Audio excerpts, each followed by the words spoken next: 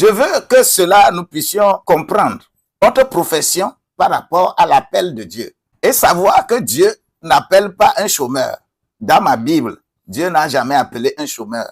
Raison pour laquelle il y a plus d'escrocs que de sincères sur cette terre. Je nous dis ce matin qu'il faut venir, il faut s'approcher de Dieu avec un projet lié à ta profession. Qu'est-ce que tu fais dans la vie? Lorsque tu prends le projet, que tu viens vers Dieu avec un cœur sincère, le cœur sincère qui prévoit ce qu'il fera des ressources de ce projet-là par rapport à Dieu. Ça, c'est un cœur sincère. Celui qui vient à Dieu avec un projet, il vient comme Anne.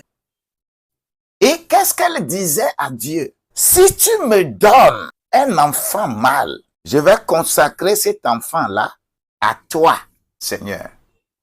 C'est ce qu'elle dit. Vous voyez, par exemple, ce projet. Avoir un cœur sincère dans la prière, c'est venir vers Dieu avec son projet. Habakkuk 2, versets 2 et 3.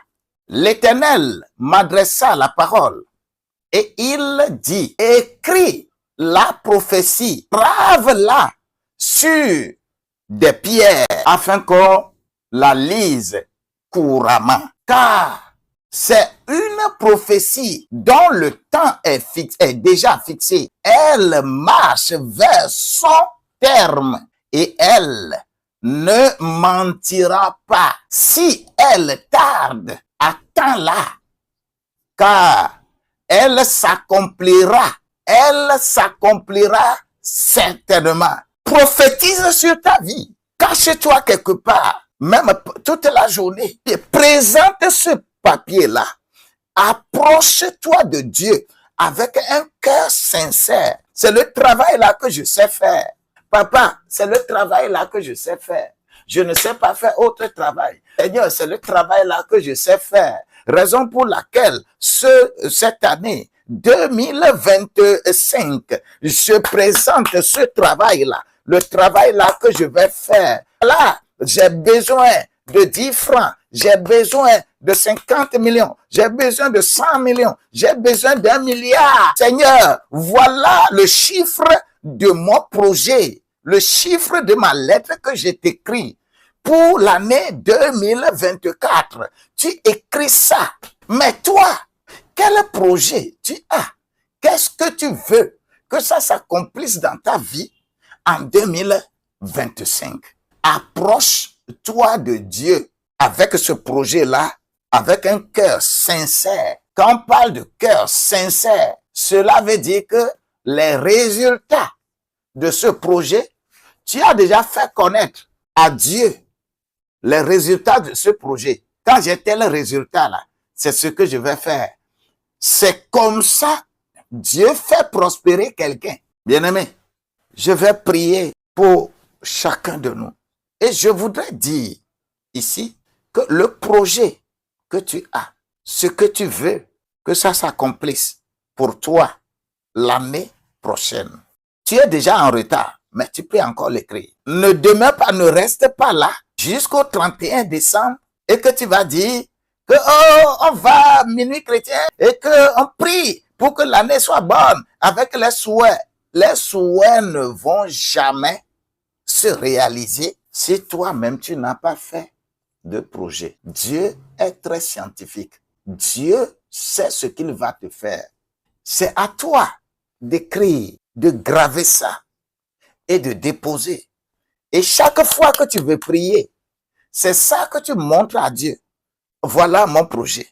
Voilà mon projet. Voilà mon projet. Habakkuk dit, grave-la pour que cela soit lisible, qu'on puisse lire, même si ça tarde à venir. Attends, le terme est fixé, lui, il fait exécuter ça. Si tu t'approches de Dieu avec un cœur sincère, c'est comme ça on fait. On mesure la sincérité de quelqu'un par ses promesses. C'est vrai ou c'est faux?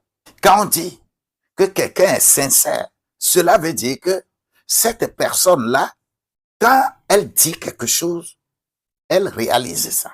Elle ne dit pas ça et va faire autre chose. Dieu veut que tu sois sincère avec lui. Approchons-nous de Dieu avec un cœur sincère. Quand on dit que quelque chose est plein là, je m'approche de Dieu avec un cœur sincère, rempli de foi. De foi. Même quand je vois un mur là, je ne vois pas. Je cours, les yeux fermés vers le mur et que je traverse le mur. On appelle ça la foi. Paul dit que je ne lance pas des coups de poing en l'air. Je vois bien ma cible. Je vois bien avant de lancer le coup de poing. Tout ça là s'appelle les objectifs. Plénitude de la foi. La plénitude de la foi. Ce que tu programmes, le budget que tu fais, ce que tu programmes.